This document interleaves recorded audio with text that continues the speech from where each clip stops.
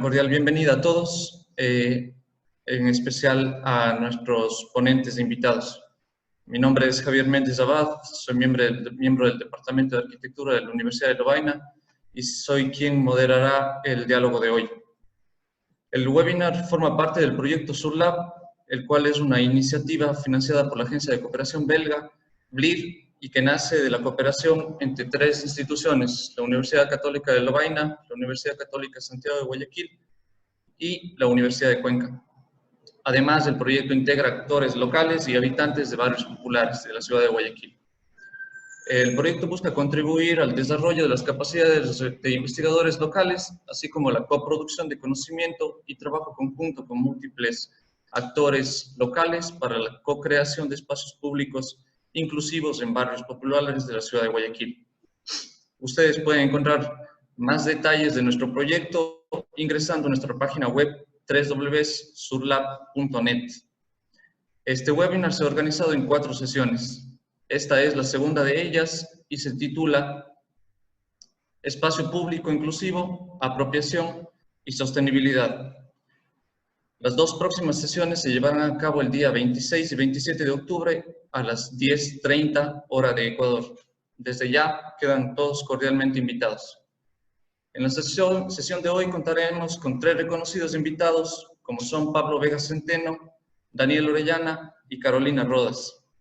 Cada uno de ellos contará con 20 minutos para su presentación y posteriormente realizaremos una ronda de discusión y preguntas. Para ello, les invito a todos los participantes a enviar sus comentarios o consultas a través del chat de la sala y luego podremos compartirlas con nuestros invitados. Daremos inicio con la participación de Pablo, quien nos hablará acerca de espacio público, desigualdad y sociabilidad. Pablo Vega Centeno es profesor principal del Departamento de Arquitectura de la Pontificia Universidad Católica de Perú. Es sociólogo formado en la Pontificia Universidad Católica de Perú y con un doctorado en arquitectura en la Universidad Católica de Lovaina. Su campo de investigación son los estudios urbanos, tanto metropolitanos como de ciudades intermedias o menores desde hace más de 30 años. Pablo ha venido trabajando especialmente los temas de movilidad y espacio público, sobre los que ha realizado numerosas publicaciones en revistas especializadas, así como capítulos de libros. Sin más preámbulo, damos la bienvenida a Pablo y podemos compartir tu presentación. Okay. Muchas gracias, Javier. Muchas gracias al proyecto SURLAB por la invitación y encantado de poder compartir con ustedes algunas reflexiones para motivar el trabajo colectivo, ¿no?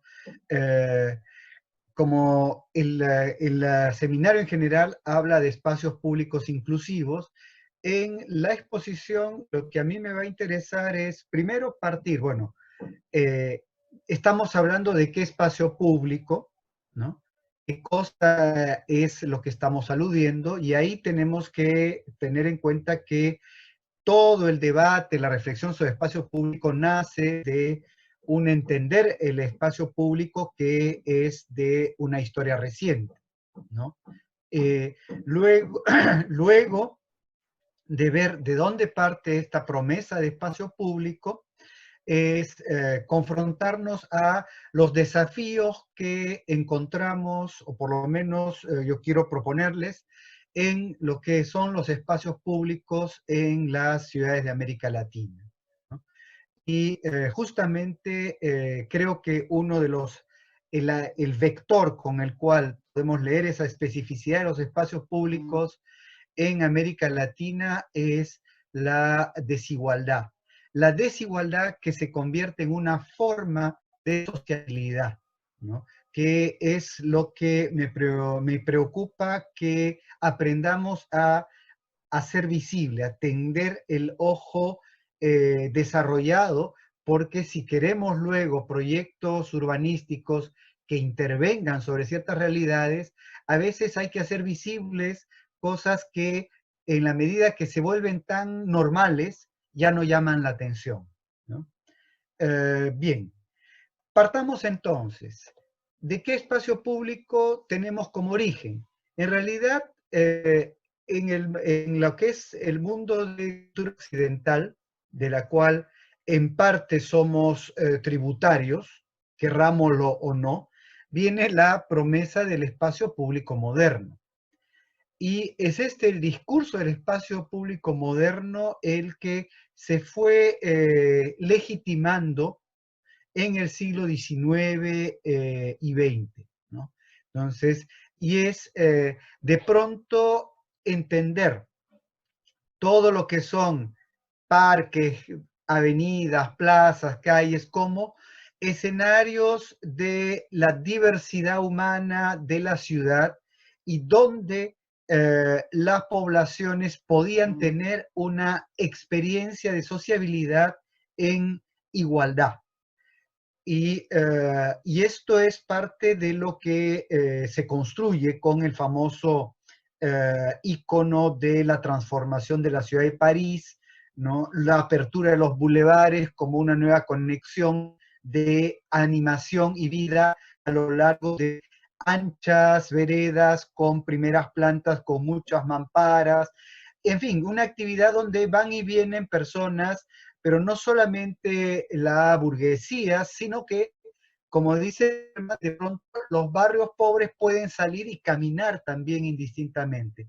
Entonces, como que se va tejiendo una sensación de experiencia de aspiración de igualdad, ¿no?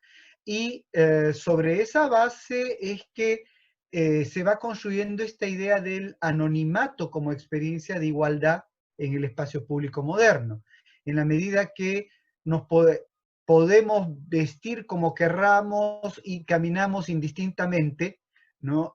Nos ignoramos mutuamente y entonces en esa mutua ignorancia hay una suerte de igualación de las personas. Entonces, el fondo de la experiencia de anonimato se traduce entonces en una experiencia de igualdad ciudadana. Es a esto a lo que el antropólogo Manuel Delgado, ¿no?, finalmente destaca como esta posibilidad que ofrece el espacio público urbano de que en ese ir y venir de personas, finalmente las interacciones van a ocurrir por las acciones que nos van a llevar a interactuar. Entonces, por ejemplo, alguien que nos diga, oiga, permiso, o qué hora es, ¿no? O tenga cuidado, o se le ha caído algo, son acciones que motivan la interacción y no estamos tan preocupados de la condición social de la persona. Es sobre todo la acción la que nos interesa. Esto se vuelve un potencial de promesa de igualdad ciudadana. Y es sobre esas bases que se construye esta idea del espacio público urbano como espacios de inclusión y de igualdad, ¿no? En realidad, este es el punto de partida entonces de una promesa, ¿no?, que la modernidad nos trae y entendiendo los espacios públicos como esa oportunidad de igualdad. Pero la misma modernidad ha tejido sus propias confrontaciones, sus propias mutaciones. Cuando desde mediados del siglo XX se va legitimando, bueno, desde ya 1930 en realidad, bajo la influencia de los proyectos de los grandes congresos internacionales de arquitectura moderna, del urbanismo moderno, es pues el sueño de una ciudad con calidad de vida tiene que adecuarse al automóvil, ¿no?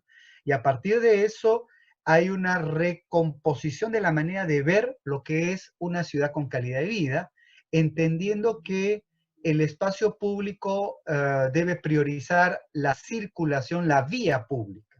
Entonces, grandes espacios para la circulación vial y también grandes áreas libres como suertes de placeres estéticos, sea verdes o también como espacios duros. Entonces, acá ya tenemos como una confrontación porque se va a abrir a partir de eso el debate de si la ciudad va a estar más priorizada para las personas en automóvil o las personas, y qué pasa con las personas que no están utilizando medio de transporte motorizado, ¿no? También la otra mutación tiene que ver con la exaltación de la vida en vivienda, ¿no? Y la vivienda como abstraída de la ciudad, ¿no?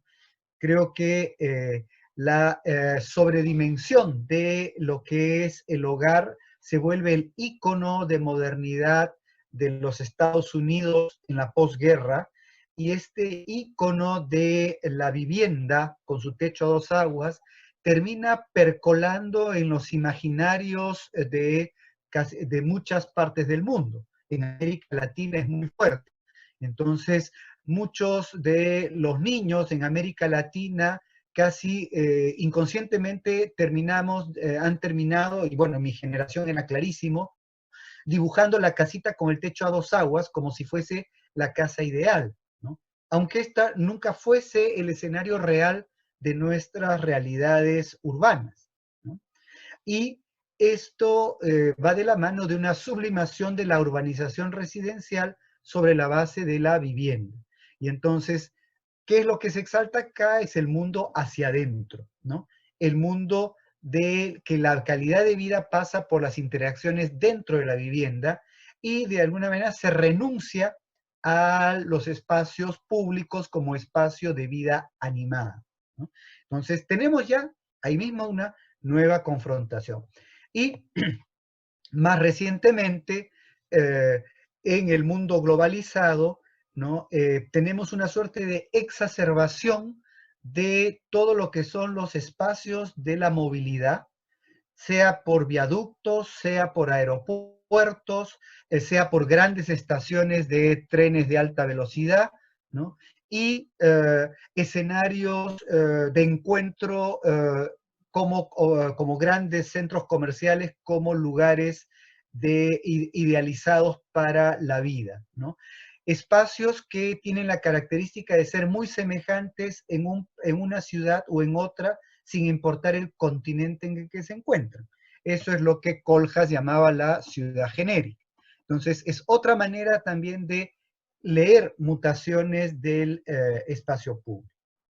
Bien, esto es lo que tenemos como situación de la promesa del espacio público moderno y sus propias mutaciones, que llevaron, ¿no?, finalmente a cuestionar, o sea, estas tendencias, estas últimas, como en la ciudad genérica, quieren ser cuestionadas, y la cumbre de Hábitat 3, que tuvo lugar en Quito hace 4 años, ¿no?, justamente tenía como una de las grandes preocupaciones interpelar hacia dónde iba la ciudad y recuperar esta noción de espacio público moderno, ¿no?, con respecto a las mutaciones que estaban ocurriendo, ¿no? Hasta ahí tenemos una historia. La pregunta es, ¿y esta historia cómo nos interpela en el caso de América Latina, en nuestras ciudades? Porque nosotros en parte hemos convivido con esta historia y estas mutaciones, pero por otro lado tenemos particularidades, y es eso lo que quería desarrollar en esta segunda parte de la exposición, ¿no? En realidad, América Latina supone confrontar en qué medida los espacios públicos llegaron a ser un espacio de la ciudadanía de acuerdo a la promesa del espacio público moderno, ¿no? ¿Cuánto más bien podría ser más interesante decir, bueno, y cuánto los espacios públicos de nuestras ciudades expresan nuestras particulares sociedades, ¿no? Entonces, el vínculo entre ciudad y sociedad. Finalmente, y dentro de esta relación con la expresión de la sociedad, yo creo que, y ahí sí siguiendo algunas de las propuestas del recordado Rodrigo Salcedo, yo creo que hay que aproximarnos a los espacios en América Latina, entendiendo que históricamente tienen más de un campo de lucha que de haber sido en algún momento un escenario del famoso espacio público moderno que fue la promesa europea, ¿no? Yo creo que hay que mirar bien qué es lo que pasa. Y para esto, yo por lo menos avanzo en mi reflexión, si bien es en la escala de América Latina, con particularidades que me confronto de mi propia realidad de las ciudades peruanas, ¿no? Bueno, primero, la experiencia de espacios públicos modernos, esta promesa del espacio público moderno en América Latina, podríamos decir que es una experiencia bastante más acotada. Tal vez la ciudad que más se acerca a haber experimentado esta promesa del espacio público moderno es Buenos Aires, ¿no? ¿Ya? Bueno, y que probablemente es una de las ciudades en América Latina más europeas, podríamos decirlo, ¿no? En otra medida también en la manera en que se expandió Sao Paulo en el siglo XX, ¿no?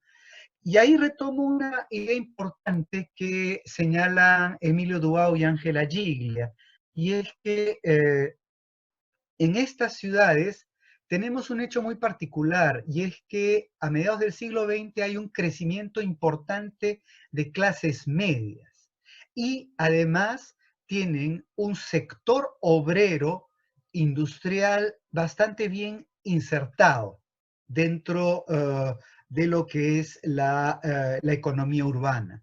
¿Eso qué permite? Que esta promesa de la igualdad tenga un escenario de población significativo que sí tiene cierto acceso y le da legitimidad a esta sensación. Y bueno, el resultado es que hoy en día el habitante de Buenos Aires usa sus parques públicos y sus calles y no solamente eso, lo hace con plena sensación de derechos, cosa que no necesariamente ocurre en otros contextos. Por lo menos en el caso de Lima, en el Perú es muy pobre, ¿no? Y justamente hablando de Lima, yo creo que el escenario que tenemos más bien como legado de la historicidad de la ciudad es que en la mayor parte de su historia, ¿no?, el espacio público siempre ha sido sobre todo escenario de afirmación de la desigualdad. Es decir, en la escenificación de la vida cotidiana, había el constante mirarse y afinar la posición desigual de unos sobre otros, ¿no? Y bueno, y esto no mutó, no tuvo gran transformación en el siglo XIX con la famosa transformación que tuvo en el caso europeo. Todo lo contrario, las primeras reformas urbanísticas que va a tener la ciudad, imitando modelos europeos del siglo XIX, va a ser liderada por la aristocracia, no por la burguesía, porque la burguesía era todavía muy incipiente. Entonces, a fines del siglo XIX, las primeras transformaciones a inspiración europea, europea parisina, por ejemplo, son lideradas por la aristocracia, que justamente no recoge esa promesa de la modernidad, ¿no?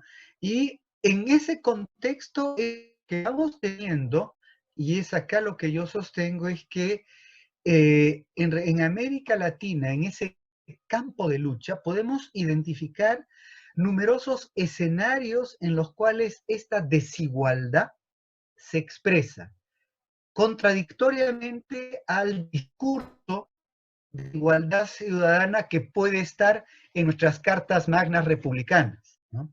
Y entonces, una de las grandes maneras de expresar la desigualdad es el control político, ¿no?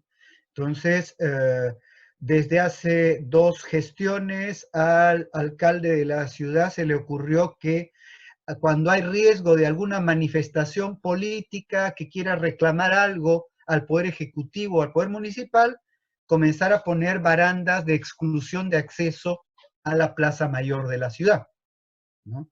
Cosa que espero que no les ocurra en Quito o Guayaquil, ¿no? Otra cosa mucho más difundida, además, es el placer de generar prohibiciones de cómo se usa o no se usan los parques públicos en la ciudad, ¿no? Entonces, este es un parque, por ejemplo, donde hay montones de cuestitas de verde, donde hay los carteles de prohibición de uso, ¿no? Pero por otro lado, donde ocurre una experiencia cotidiana muy usual, y es que esas cuestas son las más divertidas para los niños, ¿ya? Y a pesar de que está prohibido, entonces los padres terminan negociando con la felicidad de los niños, dejándolos jugar y teniendo siempre un padre que está controlando cuándo se acerca o no el vigilante del parque para decirles a los niños que se retiren conforme se acerca el vigilante y una vez que se aleja, que vuelvan a jugar. Y así, inconscientemente, aprendemos a negociar con el poder político, ¿no? Y indirectamente aprendemos que la calidad de vida a veces pasa por transgredir las normas, ¿no? Y bueno, otra tal vez de las desigualdades más notables tiene que ver con el automóvil, pero el automóvil acá hay una superposición compleja, porque no es solamente la ciudad adecuada al automóvil, como era la influencia de la mutación en el fenómeno europeo norteamericano, sino también acá hay un poder de un signo de distinción social muy fuerte, porque en ciudades como Lima, los que usan auto privado representan menos del 20% de las personas que se desplazan. Es más, creo que menos del 15%, ¿no? Sin embargo, parece que la ciudad está diseñada al servicio de ellos. En la figura de la derecha es Huamachuco, una ciudad pequeña en los Andes peruanos, que me llama la atención esta simbólica, ¿no? Donde hay una vereda súper angosta, ¿no? De un poco menos de 1 metro. Sobre la vereda se pone un cartel de no caminar por la pista cuando es evidente que no hay oportunidades, que es casi imposible no cumplir esa norma, y encima tratándose de ciudades donde la circulación de vehículos es menor aún. Entonces, acá hay un problema donde lo económico se superpone a un criterio de prioridad del automóvil como medio de circulación y al final termina siendo una argumentación, un poder de desigualdad simbólica, ¿no? Pero a esto hay otras desigualdades que también hay que saber identificar. Las desigualdades de género, ¿no? Ocurren en el mundo, pero con el machismo latinoamericano, las desigualdades sobre en el espacio público son mucho más graves, ¿no? Porque hay un hostigamiento a las mujeres cuando caminan solas por la calle y que también ocurre contra la comunidad LGTBIQ, ¿no? Entonces, esto también hay que hacerlo visible. O sea, hay problemas muy serios, entonces, donde parece que esa promesa del espacio público moderno fuese solo masculina. En el caso de América Latina, este fenómeno se agrava con respecto a lo que pueden vivir las ciudades europeas. Por otro lado, tal vez más conocido en nuestros países es la desigualdad territorial, porque tenemos una enorme segregación a nivel de espacios urbanos, donde hay algunos que tienen toda la dotación y calidad de equipamiento, mientras en otros es la propia población la que hace esfuerzos para generar áreas comunes ante la casi ausencia total de los poderes públicos. Por otro lado, este es otro tipo de desigualdad que prestar atención, y es que la condición de ciudadanía no se da en igualdad de condiciones entre el vecino residente y el que no es residente. Y el residente es poco acepta muy poco reaciamente la convivencia con transeúntes, porque entiende que los espacios públicos próximos a su casa son prioritarios para él. Y por otro lado, tenemos transeúntes que al sentirse al margen tampoco tienen mucho cuidado con las áreas comunes porque finalmente las asumen como tierra de nadie. Entonces, esta es otra condición de desigualdad que se puede experimentar en nuestras ciudades. Finalmente, también tenemos que prestar en esta lectura de las desigualdades y la manera en que sociabilizamos la diferencia de escalas. Porque una cosa es hablar de espacios públicos en las centralidades urbanas, es decir, aquellos espacios de nuestras ciudades que concentran las actividades económicas, comerciales, educativas, donde los usos residenciales son minoritarios. Y en estos espacios, como puede ser en México o en Lima, por ejemplo, es notable en muchas centralidades la importancia de la actividad comercial ambulatoria en la calle, ¿no? Y bueno, interpelarnos sobre el rol del comercio ambulatorio es interesante también planteárnoslo, ¿no? En la lógica ideologizada a veces se dice que hay que erradicarlo. Francamente, hay varios, podemos interpelarnos seriamente. Hay un problema cuando hay una ocupación hegemónica, de acuerdo, pero yo creo que el comercio ambulatorio tiene mucho que expresar sobre las maneras en que se ha expandido la ciudad, las actividades económicas de la ciudad, y yo creo que necesitamos mirarlo de otra manera, ¿no? Porque puede ser más que el problema, tal vez puede ser también la oportunidad de la manera en que leamos nuestras ciudades y la vida del espacio público en nuestras ciudades. Pero bueno, en la escala más barrial, es decir, aquellos espacios de la ciudad donde los usos residenciales son mayoritarios, tienen otros conflictos con el espacio público. En sectores medios y no solo medios, hay este placer por excluir a los otros. En Lima es muy, lamentablemente, muy difundido enrejar calles cerca a urbanizaciones residenciales, ¿no? En nombre de la seguridad se excluye, ¿no? Y esta situación también interpela la manera que se constituyen los barrios populares. Por último, a nivel de escalas, hay que prestar atención en ciudades intermedias la figura de áreas comunes que no son claramente definidas como espacios públicos urbanos y tampoco son claramente definidas como espacios privados. Pampas, los arroyuelos. Este es un escenario delicado para trabajar en ciudades intermedias o menores porque hay el riesgo en las lógicas inmobiliarias de que se terminen privatizando. Y en los cotidianos de las poblaciones, estos espacios comunes fuera de la trama de una ciudad menor suelen ser los principales espacios de encuentro de los colectivos humanos. Así que prestarle también, hacer visible el valor de estos espacios. Bien, con esto termino, ¿ya? Para que Javier no se moleste conmigo.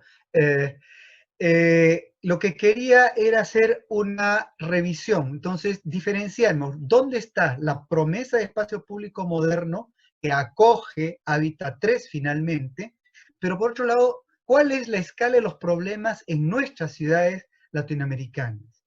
Yo creo que una de las principales preocupaciones que tenemos que tener es que muchas de estas desigualdades, que además las podemos ver a diferentes escalas, centralidades, barrios o en estas áreas comunes, terminan siendo normalizadas. Y esto es lo más grave, porque en nuestras ciudades vemos como normales paisajes desiguales en el diseño, tratos desiguales a las personas. Y es sobre eso, creo, donde el urbanismo tiene que saber revelarse. Es el escenario central, yo creo, del debate para nuestras ciudades. Muchas gracias y disculpen, me extendí un poco. Muchas gracias, Pablo, por tu contribución. Importantes observaciones en cuanto a la relación entre la normalización y la desigualdad expresada en el espacio público. Ahora daremos paso a Daniel Orellana. Él es profesor principal e investigador de la Universidad de Cuenca, especializado en ciencias geográficas y ambientales y cofundador de Yacta Lab. en el Departamento de Espacio y Población de la Universidad de Cuenca. Daniel es biólogo ambiental y máster en Información Geográfica y PhD en Geoinformación por la Universidad de Wageningen. Su investigación se enfoca en estudiar las interacciones entre los seres humanos y el ambiente desde una perspectiva multidisciplinar. Daniel, te damos la bienvenida y les recuerdo a todos los asistentes que pueden enviarnos sus preguntas a través del chat interno para discusión en la última etapa de la sesión. Adelante, Daniel. Perfecto, muchísimas gracias, Javier. Bienvenidos y bienvenidas, y de verdad muchísimas gracias por la invitación. Un caluroso saludo desde Yactalab en la Universidad de Cuenca. El día de hoy quiero conversar un poco sobre algunos de los conceptos que trabajamos desde el Grupo de Investigación Yactalab sobre los temas de espacio, lugar y sustentabilidad. Voy a abordarlo sobre todo de un punto de vista más teórico, aunque al final sí quisiera compartir algo de las investigaciones que nosotros hemos hecho.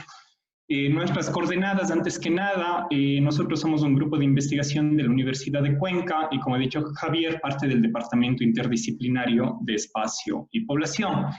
Como grupo de investigación, nuestra misión es construir conocimiento científico que aporte a la búsqueda de las soluciones a los grandes desafíos que tienen las ciudades del siglo XXI. Este es un planteamiento que hacemos, y es que los desafíos que tienen las ciudades en el siglo XXI probablemente difieren de aquellos del siglo XX.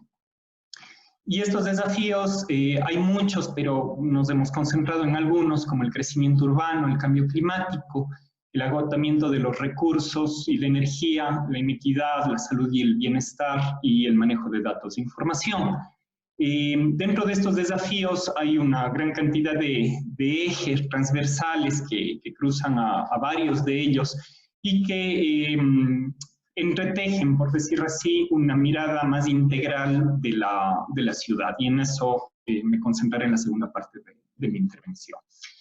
Quiero hablar entonces, dentro de esta estructura, de algunos conceptos que trabajamos más desde la geografía, y es interesante proponer una crítica a los términos, a la terminología que utilizamos, y yo creo que esto nos puede ayudar también en términos conceptuales y luego en términos prácticos a enfocar un poco más cómo entendemos los espacios públicos. Desde la geografía hacemos una distinción fuerte entre los términos de espacio y lugar, ¿no? El espacio lo planteamos o lo entendemos como algo relativamente abstracto, una geometría, ¿verdad? Una dimensión que no tiene un significado sustancial. Mientras que el lugar, en cambio, se refiere a cómo las personas son conscientes sobre los espacios, o están atraídos a ciertas porciones del espacio, ¿sí? Y esta distinción es clave porque nos permite entender al lugar como un espacio que cobra significado, ¿sí? Y es, en definitiva, el resultado de la interacción entre las personas y los espacios, ¿sí? El lugar se construye, el lugar gana significado solamente cuando hay una interacción con las personas. Desde esta lógica, me parecería interesante, por lo tanto, que hagamos una contestación al concepto de espacios públicos, ¿sí? Como lo hemos trabajado tradicionalmente en las ciudades, y empecemos a hablar de lugares públicos, porque precisamente esta distinción nos hace dar cuenta y nos hace revisitar algunas de las nociones que tenemos o que se han tenido en los procesos de planificación, de diseño, de implementación, de gestión de los espacios públicos, ¿sí? Porque con esta diferenciación de términos nos damos cuenta que un lugar público no es algo simplemente que se puede diseñar como se ha diseñado últimamente los parques, simplemente pues desde una computadora y ya está, porque requiere incorporar definitivamente a las personas, a los seres humanos, dentro de esta lógica para poder entender y trabajar en esas interacciones entre las personas y los espacios. Otra cosa que también ha mencionado Pablo en su presentación que el lugar público es la oportunidad de las interacciones con los otros. Y esto es extremadamente importante, ¿no? Porque Richard Sennett también habla muchísimo de esta porosidad de la ciudad, ¿verdad? Donde nos permite precisamente esas posibilidades de encuentro. Para encontrarme con los míos, con mi gente, con los que son parecidos a mí, pues ya tengo mi casa, mi familia, mi trabajo, mi grupo de amigos. Allí generalmente están las personas afines a mí. Pero en el espacio público está la oportunidad de encontrarme con los que no son iguales a mí, con los que son diferentes. Y esta es la oportunidad precisamente que permite empezar a entretejer los hilos de los tejidos sociales, más allá de nuestros círculos inmediatos. Y en ese sentido, el espacio público se va a convertir en un lugar en el momento en el que genera y fortalece la comunidad. Por lo tanto, cuando hablamos de espacios públicos inclusivos, tenemos que estar pensando cómo ese espacio va a permitir tender hilos entre los diferentes elementos, las diferentes personas, los diferentes miembros de esa comunidad, y no solamente los que son similares a mí, no solamente los de mi grupo social. Por lo tanto, pues aquí la primera propuesta ya muy concreta es que debemos cambiar la idea de que las ciudades necesitan diseñar y construir espacios públicos. Y yo creo que lo que necesitan las ciudades son lugares públicos. Y diseñar un lugar creo que es un reto muchísimo más grande que diseñar un espacio. Y es un reto que no puede ser abordado solamente desde una disciplina, solamente desde la arquitectura o solamente desde el urbanismo o desde el diseño. Se requiere definitivamente una mirada muchísimo más integral para poder abordar este reto. El segundo punto que quisiera tocar es, a un nivel un poco más macro, la ciudad como un agente, ¿sí? Y vamos a ver qué implica esto. Muchas veces nos hemos acostumbrado a ver la ciudad simplemente como un telón de fondo, es decir, como una matriz física en donde pasan cosas, en donde transcurre nuestra vida, ¿no? Pero cuando planteamos que la ciudad es un agente, quiere decir que tiene agencia, es decir, que influencia en los demás elementos, en las demás partes de un sistema, ¿no? Y es precisamente la estructura espacial de la ciudad, el tejido urbano, es decir, cómo están distribuidas las calles, las manzanas, los espacios, los mercados, la vivienda, las oportunidades de trabajo, etcétera. Todo eso que es la estructura espacial de la ciudad, planteamos que determina y define en gran medida la forma en la que vivimos. Es decir, que nuestro modo de vida va a estar fuertemente condicionado por la forma física que tiene la ciudad. Pero también pasa lo contrario, y es que la forma en la que habitamos la ciudad, ¿sí? Nuestra forma de vida dentro de una ciudad también va a determinar su estructura espacial, con lo cual terminamos con que a lo largo del tiempo la estructura espacial de la ciudad a la final va a ser una huella espacial, una huella física que va a evidenciar la forma en la que la habitamos. Y esta correspondencia que hay entre estos dos elementos creo que va a ser extremadamente importante. Y por lo tanto no podemos separar la forma física que tiene la ciudad de la forma en la que la habitamos. Y esta es una separación que ha sido muy fuerte durante los últimos años, cuando se construyen, se diseñan y se construyen urbanizaciones cerradas, cuando se diseñan y se construyen parques solamente por pensar en la obra y no en la comunidad, por no pensar cuando se construyen calles y avenidas y pasos a desnivel para facilitar la circulación de los vehículos. Solamente estamos pensando en la forma física y no estamos realmente pensando en el impacto que tiene eso en la habitabilidad, en la forma en la que vivimos diariamente. Esta interacción entre la persona y el lugar es una interacción que es permanente, ¿sí?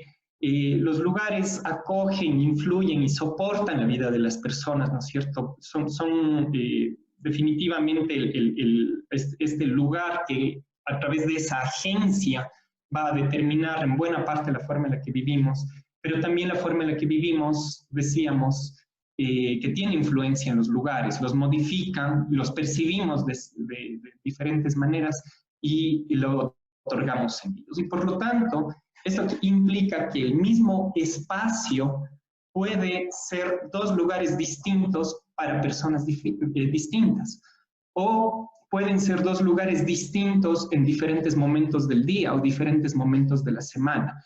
Y es algo que hemos olvidado. Estamos siempre, muchas veces en nuestras ciudades, con la idea de que el espacio físico es inmutable y que si una calle es una calle, pues siempre tiene que funcionar como una calle. Y nos olvidamos de esta posibilidad que le otorga las interacciones para transformar no en la parte dura del espacio físico, pero sí en las interacciones con las personas y otorgar otros posibles sentidos. Y esto nos va a abrir precisamente enormes oportunidades para repensar los lugares públicos, sobre todo desde una lógica de construcción colaborativa y de cogeneración y co-creación de esos lugares. Hemos dicho entonces que las personas interactúan con los lugares para generar estos sistemas, pero también las personas interactúan con las personas y los lugares interactúan con los lugares. Y cuando vamos abriendo un poco la escala, vamos a empezar a darnos cuenta cómo estos lugares se comunican y se influencian también entre ellos, se potencian o se debilitan también entre ellos según la posición espacial que tienen, ¿sí? No es lo mismo tener un parque al lado de una fábrica que un parque al lado de un río. Son dos lugares diferentes y las interacciones que pueden ocurrir entre ellos va a afectar también las interacciones entre las personas. Al abrir entonces esta escala y ir a una escala más de ciudad, a una escala más urbana, vamos a encontrar entonces que se van generando a través de estos entretejidos una serie de estructuras espaciales. Y esas estructuras espaciales también se generan paralelamente con las estructuras sociales que existen en la ciudad. Y como Pablo mencionó hace un momento, las ciudades también son espacios de segregación, son espacios en los cuales existe discriminación, existe violencia a personas, a individuos, etc. Y muchas de estos efectos y estos problemas sociales también están relacionados con esas estructuras espaciales. Entonces, el momento que empezamos a construir o a reconstruir los lugares, es también una oportunidad de reconstruir un montón de estructuras sociales, sobre todo aquellas que están potenciadas por el espacio público. Desde esta lógica, vamos a empezar entonces a ver que la ciudad es no solamente un agente, sino es un sistema. Y es un sistema dentro del pensamiento sistémico, lo llamamos un sistema complejo adaptativo, ¿sí? Y específicamente un sistema socioespacial complejo adaptativo. Yo sé que es aquí un montón de atributos o de adjetivos que le estamos dando a este sistema, pero es importante entenderlo porque esto nos va a revelar una forma de ver la ciudad como una red entre una gran cantidad de agentes, de instituciones, de personas, de lugares, de energía, de agua, de elementos, de residuos, etcétera, que van a estar interactuando entre ellos. Y eso es un sistema complejo. Y le decimos también que es adaptativo porque empieza a tener unas propiedades emergentes que parece evolucionar en el tiempo. Y si es que no lo entendemos bien, podríamos incluso pensar que la ciudad es un sistema inteligente, que tiene una motivación ulterior. Pero no es así, simplemente son propiedades emergentes que salen o que surgen precisamente entre las interacciones de estos componentes. Entonces, al verlo así, vamos a poder entender cómo cambiando, modificando o generando de diferentes maneras algunos de estos elementos del sistema o de estos subsistemas, como son los lugares públicos, también puede esto disparar un cambio sobre la ciudad y un cambio sobre la forma en la que habitamos la ciudad. Por lo tanto, el tema de la cogeneración de lugares públicos es un tema que puede tener un enorme impacto en la vida de las ciudades, sobre todo ahora en la epidemia de COVID. A partir de todas estas lógicas, es más fácil presentar este pequeño esquema, que es en definitiva, creo yo, y resume en gran medida cómo desde Yactala Ciudades Sustentables entendemos el sistema ciudad, ¿sí? Y lo entendemos precisamente como esa interacción entre los diferentes elementos de este sistema complejo adaptativo que es la ciudad, a los cuales le atraviesa un hilo conductor que es la sustentabilidad. Y esto, la implicación práctica que va a tener en esto es que no vamos a poder hablar de sustentabilidad si es que no tocamos estos diferentes componentes del sistema. Porque al ser un sistema complejo va a resistirse al cambio. Y cuando nos preguntamos por qué es tan difícil, por ejemplo, cambiar el sistema de movilidad de una ciudad, o por qué es tan difícil adoptar energías alternativas, es precisamente por esa inercia que tiene un sistema para automantenerse y autorregularse. Necesitaremos, pues, con el tiempo, empezar a coser los hilos entre todos estos elementos si es que queremos implementar un camino realmente sólido hacia ciudades más sustentables, más justas y más humanas. En esta última parte quiero bajar ya un poco todos estos conceptos que hemos hablado, a cómo podemos ya entender en la práctica los espacios públicos y, mejor dicho, ¿no es cierto?, como he planteado, los lugares públicos.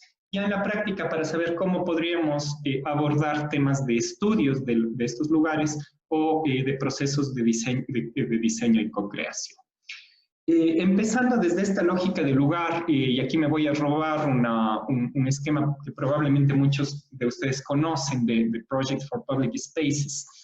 Se plantea que estos lugares públicos deberían tener 4 atributos clave, ¿sí?, que deberían estar presentes en estos lugares para poder entenderlo realmente como un lugar, ¿sí?, que son la sociabilidad, es decir, esta posibilidad de interacciones entre diferentes grupos, los usos y actividades, es decir, las cosas que existen, las cosas que pasan en estos lugares, la imagen y el confort, que tiene un efecto muy fuerte sobre las percepciones que tenemos sobre estos lugares, y las conexiones y accesos, es decir, esta relación espacial que existe de un lugar con otros lugares. A partir de esos atributos clave, se definen una serie, o se pueden definir una serie de valores intangibles. Son valores porque son valiosos, porque son las cosas que esperaríamos que tengan nuestros lugares públicos, ¿sí? No siempre estarán todos, por supuesto, en algunos tendrán más importancia unos que otros, definitivamente, estoy de acuerdo, pero creo que es importante tener al menos una serie de ellos que representen estos 4 atributos clave.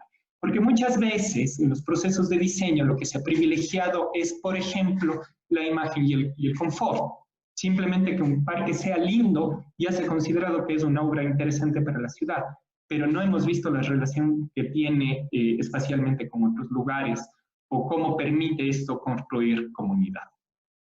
Y a partir de estos valores que son intangibles, porque por eso son valores, sí que podemos plantear indicadores, es decir, podemos plantear una serie de cosas que podemos observar, podemos medir y podemos estudiar. Y de esta forma podemos conectar este núcleo, digamos, más teórico sobre estos atributos y valores que tienen los lugares hacia cosas que nos puedan operativizar una investigación.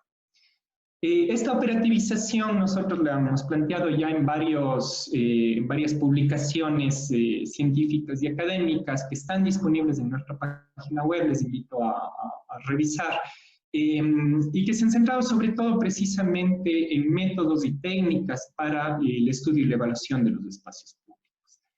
Además de esto, hemos desarrollado metodologías y herramientas que creemos que pueden ser valiosas. Una de ellas, que es la que más trabajo le hemos puesto y está realmente más desarrollada, es una herramienta que se llama EMAPS, Evaluación a Microescala de Ambientes Peatonales, que es un paquete de herramientas de sistemas de información geográfica que permiten y facilitan muchísimo el proceso de planificación, recolección de datos, evaluación y análisis de los atributos claves, en este caso de calles enfocados en temas de caminabilidad. Les invitamos entonces a revisar estos recursos y por supuesto quedamos abiertos para poder establecer colaboraciones y poner esto a disposición de las personas. Para finalizar, entonces, y me robo aquí una frase que planteamos desde el colectivo Cuenca Ciudad para Vivir, es que la ciudad es un bien público y es un proyecto ético. Sí, es mucho más de lo que nos imaginamos, porque es precisamente lo que nos permite materializar nuestros planes de vida. Y es precisamente el lugar público la materialización de ese derecho que tenemos las personas a la ciudad. Con esto creo que he llegado a mi tiempo. Muchísimas gracias, Javier, al resto del equipo de Surlab, y quedamos atentos para la ronda de preguntas. Gracias, Daniel, por tu intervención. Importantes pautas para entender el espacio público como parte del sistema ciudad. Ahora daremos paso a Carolina Rodas. Ella es docente e investigadora de la Universidad Católica de Quito y actualmente docente de la Universidad de las Américas, UTLA. Ella es arquitecta cofundadora de Rama Studio y de la plataforma colaborativa Torno Collab. También es arquitecta por la Pontificia Universidad Católica del Ecuador y Máster in Collective Housing por la Universidad Politécnica de Madrid. Ha recibido múltiples premios por proyectos de rehabilitación y reciclaje y regeneración urbana. Ha sido conferencista a nivel nacional e internacional en temas de trabajo colaborativo, ciudad y procesos comunitarios. Bienvenida, Carolina.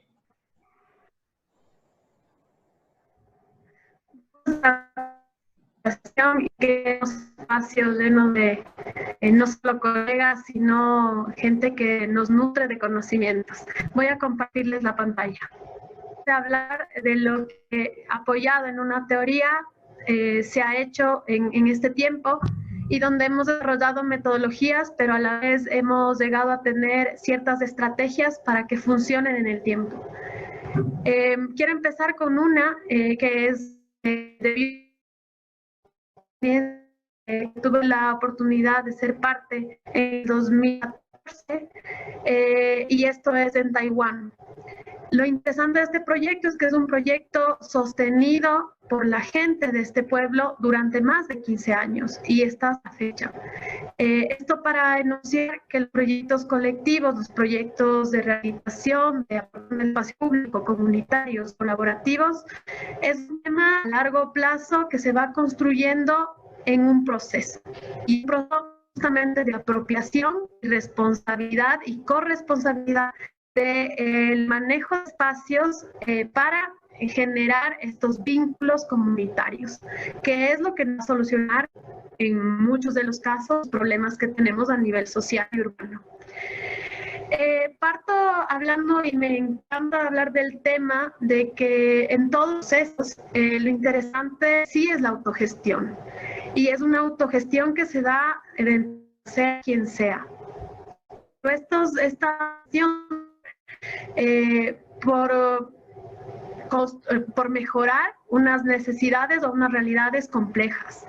Estas necesidades comunes terminan siendo aquello que nos linkea, aquello que hace que nosotros pongamos mayor esfuerzo.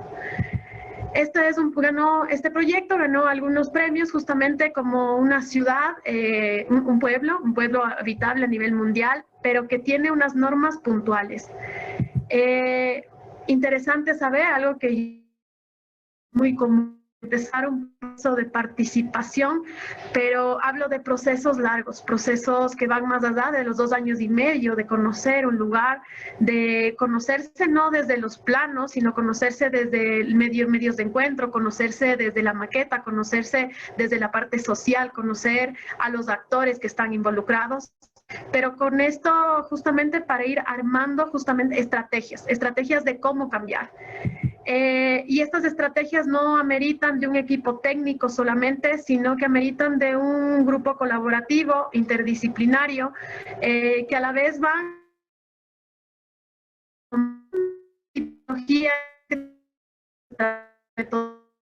que son puntuales a un sector, pero que es con las realidades singulares de cada sector. Que nos muchísimo trabajar con ellos, y es que teníamos respuestas para los problemas grupales comunes, sino respuestas para cada familia en viviendas que tan ligada al espacio, justamente era construido por los jardines de estas viviendas. Y bueno, ahí empieza, como ya hay este proceso de trabajo, de diálogo continuo, de reuniones, empieza esto de trabajar juntos. No construir algo solamente, sino para generar estas relaciones y estos lazos, y sobre todo generar conocimiento. A veces vemos esta palabra de conocimiento como muy lejana a la construcción de espacio público, pero justamente estas son las oportunidades para que todos los vecinos compartan y existan más relaciones. En este caso, temas constructivos, temas de arte. Y después de esto, se me pasó, perdón.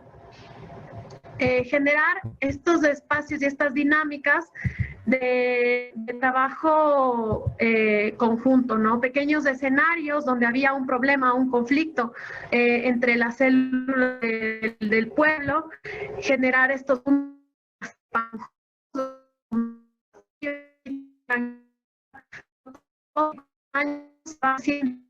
que van de la mano con la parte gubernamental y empresas privadas. Este grupo el trabajar juntos por una necesidad puntual. Hay un problema que hay que solucionar. Después empiezan ya a trascender un poco más y entender que el pueblo solo se transita en bicicleta. Esto les estoy hablando de hace 10 años, el pueblo decidió que solo se entra en bicicleta al pueblo y que necesitan estos escenarios de estancia, que los campos que a veces están áridos se pueden convertir en estos espacios como que nuevamente colectivos. Como pequeñas piezas regadas, estos puntos de conflicto se pueden volver escenarios culturales, estos puntos de conflicto son espacios de estancia que no tenían antes. Y así van subsanando a lo largo de estos 10 años un tema esto es lo rural que se estaba convirtiendo en una ciudad. Vino la modernidad y empezó a pavimentarlo todos. La unión y el problema fue no queremos ser ciudad y mantenernos. Como un pueblo agricultor, todos sus productos eran comprados para la gran ciudad sin que les paguen. Entonces, al no un comercio justo, ellos decidieron hacer su propia comunidad de venta de tales y su comunidad de venta es Hugo. Entonces vende sus productos directamente al comerciante. Trasciende un espacio público de la construcción pequeña de un horno de pan a hacer su propia cooperativa de venta de producto directo. Y esas normas de venta de producto directo dejan y hacen las normas para ocupación del espacio. Los frentes van a ser cultivados y así van también teniendo su propia imagen de pueblo, ya no un pueblo que propendía a ser ciudad. Todos los escenarios cuando están florecidos, como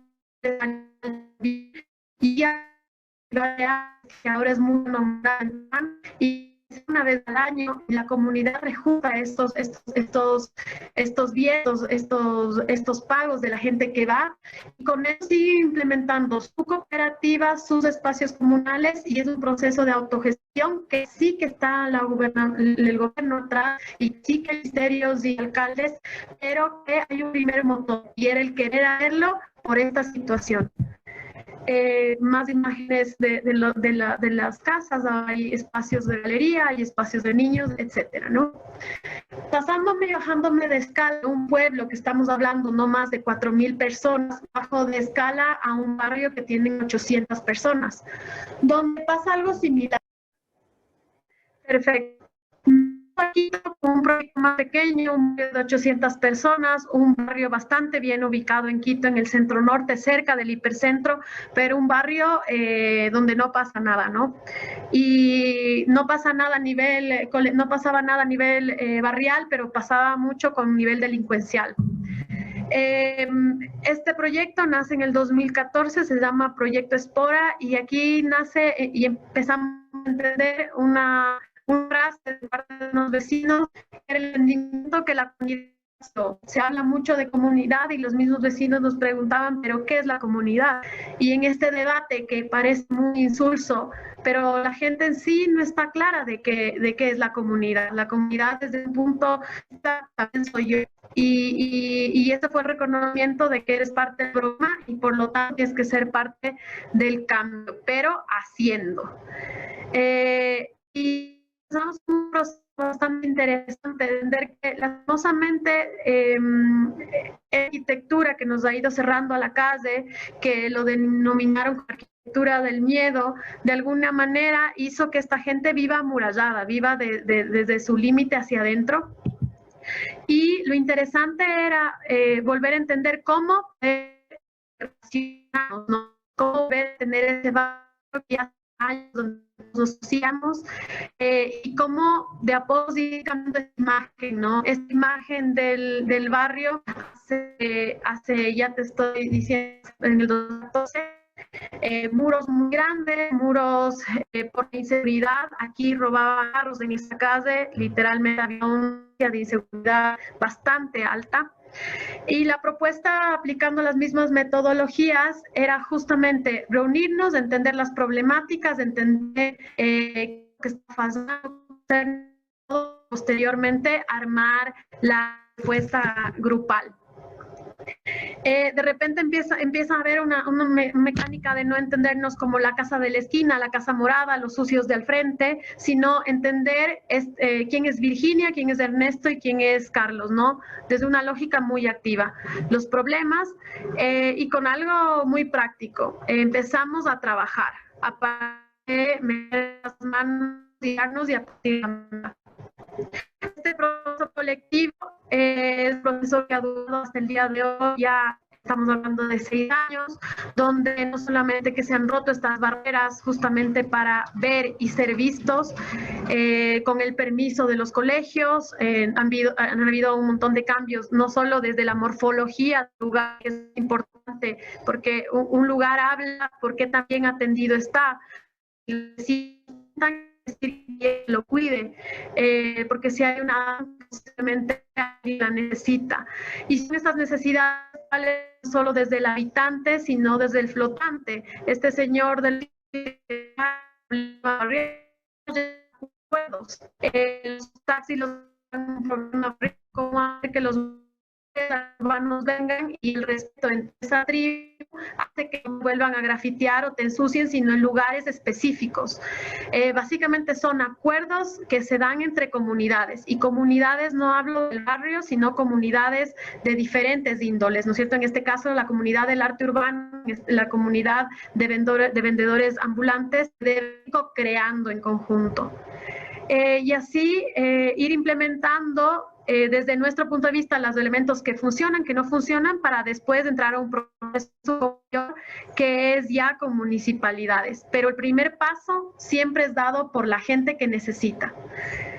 Esto hace que hablar de temporalidades y la apropiación del espacio público habla de hacerlo, vivirlo 24 horas. El problema de nuestras ciudades, o personalmente la de Quito, es que en la noche algunos sectores son bastante peligrosos porque no hay nada y no pasa nada.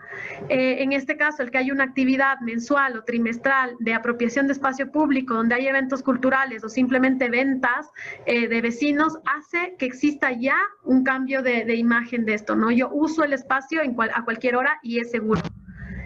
Eventos grandes donde la participación de la gente básicamente hace que la calle completa se cierre y demos prioridad a los vecinos. Algo que se veía muy lejano, pero a la final es un convenio comunitario. Y así también hay este tema de símbolos, ¿no? Los simbolismos a nivel urbano. Son estrategias a la final que hacen que la gente se vea reflejada ahí. Estrategias que están en cada puerta, en cada lugar. Usualmente se habla de que la inseguridad a veces te dejan en la casa un tag porque te van a robar. Pues, ¿cómo cambiamos esto?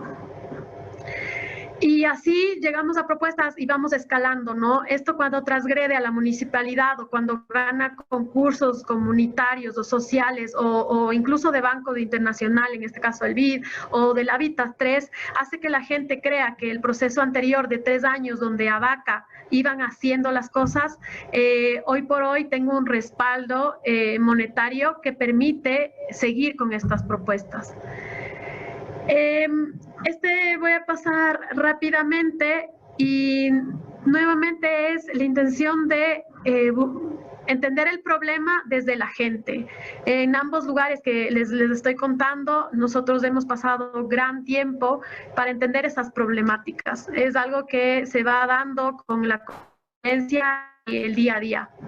En este caso, voy a hablarles del colectivo urbano itinerante. Este es un colectivo hecho por varias oficinas de arquitectura, sociólogos y antropólogos y diferentes ramas de la ciudad de Quito, donde empezamos a hacer como estas estrategias que se pueden replicar. Punto fueron estas escalinatas donde pueden ver evidente lo que pasaba. Y básicamente trabajando con esta gente y entendiendo cuáles son las problemáticas desde el vecino que bota la basura hasta el vecino que no quiere participar, a la final llegan a ser protagonistas de este cambio y por lo tanto se espera que sean mucho más aplicados o responsables con estas decisiones. A partir de una estrategia en este caso fue eventos colectivos, esos eventos que ya se olvidaron, pero a la vez es muy diferente en una reunión solo para hablar de los problemas del barrio a tomarse una colada morada y compartir y incluso las relaciones fluyen. A partir de todos estos eventos sociales, comunitarios que se han ido perdiendo, se iban armando estos mapas conceptuales y estos elementos que conectan para empezar a ver cómo podríamos realizar, rehabilitar estas escalinatas sin que estas sean un problema. Lastimosamente estas escalinatas unían el Lichín con la parte central del barrio en 2 minutos, pero la gente por el miedo a bajarla se daba un recorrido de media hora o 20 minutos para pasar por esto. Eso es lo que hace estos problemas de inseguridad en los barrios. No solo desune a nivel físico, sino social. Y empiezan, ¿no? La apropiación de los espacios con cosas puntuales, ¿no? Necesidades, trabajar con los niños, se debe transgredir desde una teoría. No aplicamos esto que hemos leído, cómo aplicamos esto que nos han contado, y también sabiendo en que puede fallar. En este caso pasó la metodología y el proceso caminados, no hubo sostenibilidad, porque el momento que el equipo sale, hubo cambio de directivas y demás, se desvaneció. Y es, yo creo que es el mayor problema, porque si uno empieza a trabajar con un proyecto, debería tener la claridad de que hay un grupo comprometido en seguir, en implementar, en mejorar, o simplemente decir que no se va a hacer por alguna circunstancia que ya es una. En el caso, un medio de gente usaba estas escalinatas, pero lastimosamente después vi un proyecto del municipio donde se niegan un montón de estas actividades culturales y como un poco más diversas.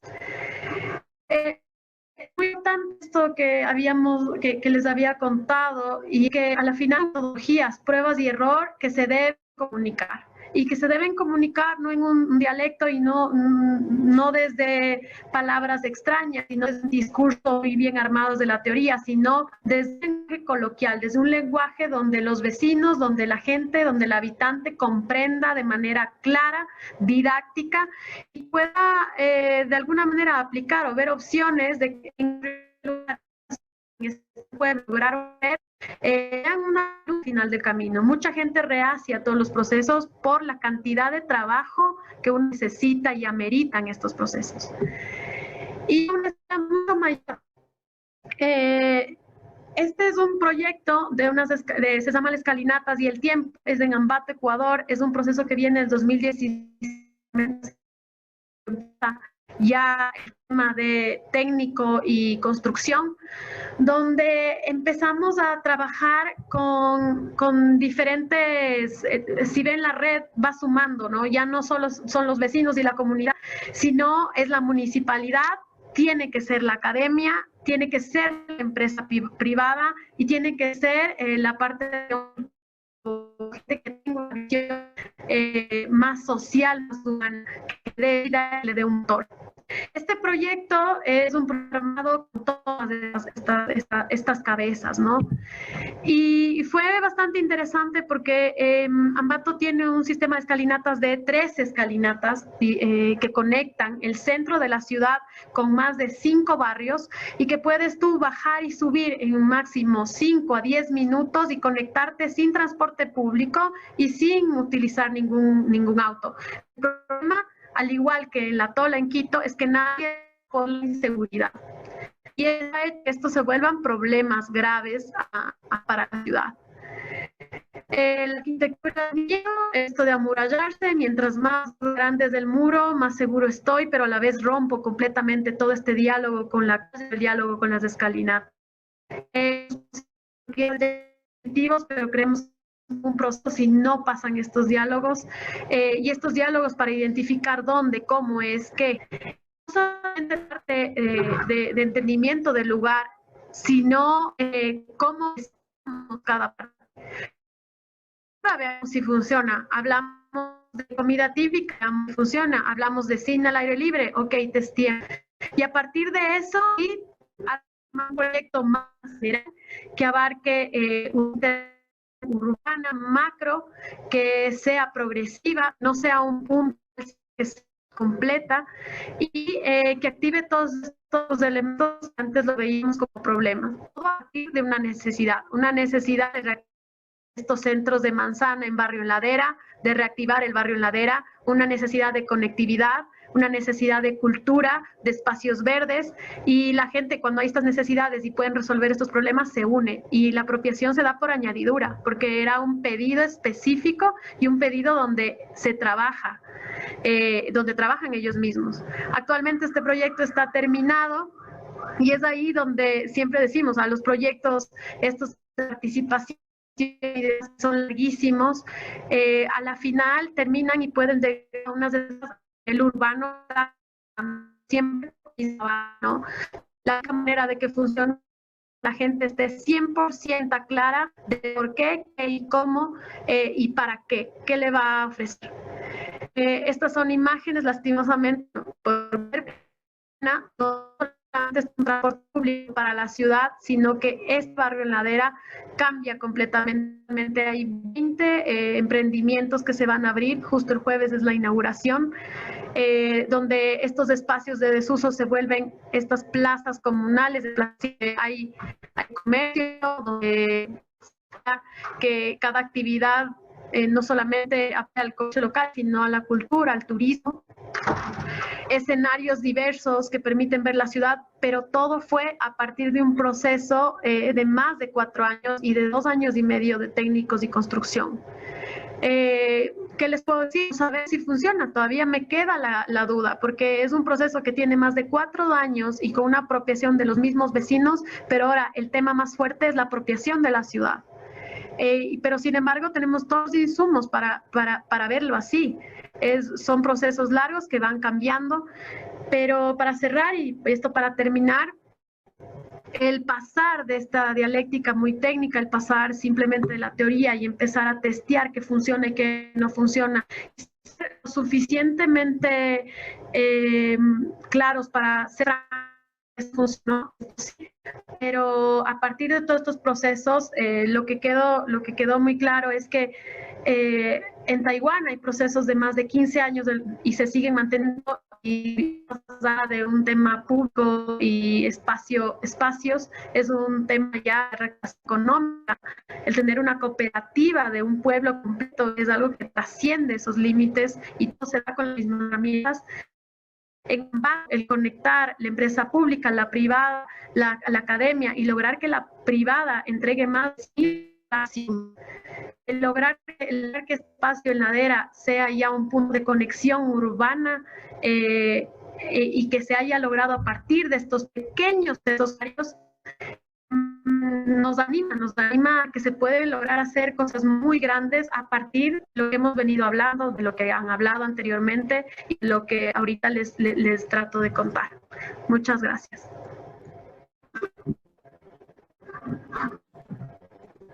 Gracias, Carolina, por tu participación. Fuimos afortunados de solventar los problemas técnicos en tu participación.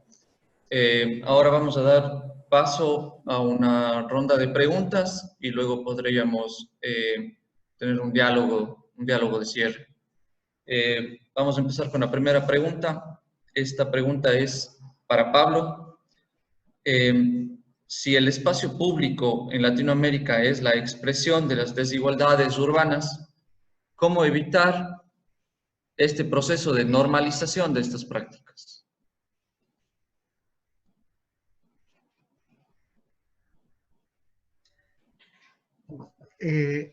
Para responder, muchas gracias, Javier. Bueno, ¿cómo evitar la normalización? Ahí creo que es importante justamente hacerlo visible, ¿no? Cuando uno termina normalizando desigualdades, las dejamos de ver.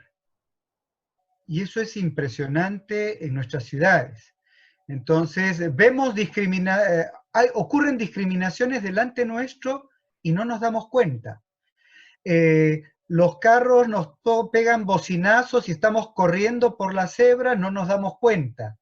Las veredas están mal hechas para los peatones, no nos damos cuenta. Entonces, necesitamos hacer visibles las condiciones de desigualdad y luego es rebelarnos contra esas situaciones de desigualdad, ¿no? Entonces, ¿por qué esa obsesión contra los vendedores ambulantes, ¿no? ¿Qué hay detrás de eso? No es simplemente comercio informal, o sea, hay mezcla de cargas hasta raciales, ¿no? Entonces, todo eso tenemos que saber interpelar, ¿no? Ahora, yo creo que la arquitectura, el urbanismo, trabajando multidisciplinariamente, como señalaba Daniel, tiene muchas posibilidades de provocar debate.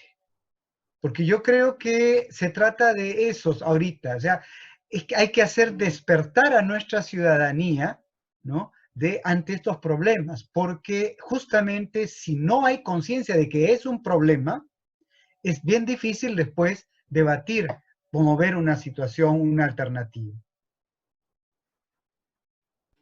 Muchas gracias, Pablo, por tu respuesta. Tengo otra pregunta para Carolina. ¿Cómo reproducir este tipo de experiencias en comunidades con estructuras sociales debilitadas? Es claro que el primer paso en estos procesos es tener estructuras sociales. Ese me parece, y lo hemos comprobado, es el proceso más largo. Para esto, obviamente, los arquitectos urbanistas o los planificadores, yo creo que no estamos calificados y es un proceso largo entre sociología, mediadores y gestores que hacen un mejor papel e incluso hasta artistas. ¿Por qué? Porque se generan escenarios que no hablan de intervenciones, que no hablan de temas técnicos, sino que empiezan a conectar estos actores. Y eso es importantísimo. Cuando no se tiene esa estructura, se tiende a pecar que no solucionar temas sociales de entorno y problemas mucho más arraigados que son de una memoria colectiva, pesada, incluso hay conflictos familiares, hay conflictos entre comunidades, entre pueblos, entre ciudades. ¿Qué es lo mejor? Cuando la gente ve que un proyecto funcionó y se ven reflejados en que pueden lograrlo, la misma gente empieza a conectarse. Lo que se hace es empezar a implantar estos elementos donde ya hay una estructura social y donde están mucho más avanzados los procesos para que sean sostenibles en el tiempo y no cometamos errores. Y ir siguiendo y haciendo un seguimiento con esta estructura que está un poco más débil, justamente como una referencia de que sí lo van a lograr, porque en algún punto la desmotivación en el tiempo de la gente hace que se largue. Que trabajar con tiempo, darse, te estoy hablando de un proceso de 3 años, de 2 años y medio, yo consigo procesos comunitarios y de apropiación de espacio público en menos de 6 meses. No me ha pasado nunca, no he logrado. Quisiera que alguien me cuente cómo lo hacen, porque si no terminan siendo infraestructuras muy pintorescas, muy lindas, posiblemente el apoyo de los gubernamentales, pero viene la otra alcaldía o la otra persona y no lo sigue. Entonces eso no es fácil, y lo pondría como una referencia, viendo los casos donde sí se puede trabajar, eso sin decir que no se podría, pero son procesos largos.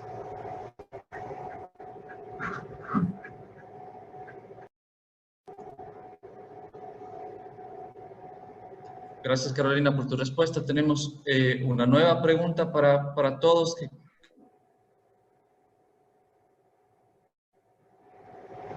podríamos hacer? ¿Tengo audio? Sí, perfecto. Entonces, esta pregunta es para todos. Hemos visto, por ejemplo, en la presentación de Pablo, también en la presentación de Carolina, cómo en el espacio público también se expresan las desigualdades a través de la diferenciación de géneros, cómo las mujeres tienen relativos problemas en la apropiación del espacio público. Quisiéramos que hagamos una reflexión en cómo a través de intervenciones podríamos mejorar esta condición de desigualdad, cómo mujeres pueden y otros, por ejemplo, otros grupos como jóvenes pueden apropiarse del espacio público, y también cómo las condiciones actuales de la pandemia ha modificado esta interacción entre espacio y estos diferentes grupos de la sociedad. Tal vez podríamos empezar por Daniel. Muchas gracias. A ver, yo creo que es una de las preguntas más relevantes y más complejas que hay en términos de dar una respuesta pragmática, ¿no? Primero voy desde la parte, si quieres, más teórica, y es precisamente que son las preguntas a las cuales debemos atender. Cuando se analizan, por ejemplo, espacios públicos, cuando se diseñan espacios públicos o lugares públicos, siguiendo un poco la propuesta que yo tenía hace un momento, generalmente estas cosas no se tienen en cuenta, ¿sí? Se diseña, como decía, desde la computadora, desde un render, desde una lógica, así, sin entender realmente cuáles son esas interacciones. Pero cuando vas a la profundidad de esto y empiezas a trabajar con indicadores como algunos de los que proponíamos, y empiezas, por ejemplo, a contar el número de hombres y mujeres que hay en diferentes momentos, a contar el número de mujeres con niños que hay, el número de niños que están jugando solos, digamos, o entre más niños, y eso es a darte cuenta que los espacios públicos efectivamente tienen una cantidad impresionante de falencias, digamos, y que empiezan a ser precisamente esos lugares de segregación y de exclusión, ¿no?